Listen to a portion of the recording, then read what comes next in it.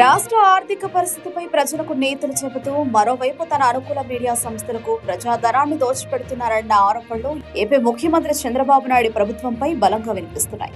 తాజాగా ఈటీవీకి భారీ మొత్తంలో నిధులు కేటాయించడంపై సర్వత్రా విమర్శలు వెల్లువెత్తుతున్నాయి. గత ఏడాది నవంబర్ 2 నుంచి డిసెంబర్ 1 వరకు ఈటీవీ నిర్వహించిన కార్తీక దీపోత్సవం కార్యక్రమానికి ఏకంగా 92.04 లక్షల ప్రజాధనాన్ని ప్రభుత్వం మంజూరు చేసింది. ఈ సమయంలో ప్రభుత్వం సంక్షేమ అభివృద్ధి పథకాల గురించి అవగాహన కల్పించేలా ప్రసారాలు చేశారన్న కారణంతో ఈ చెల్లింపులు జరిపారు.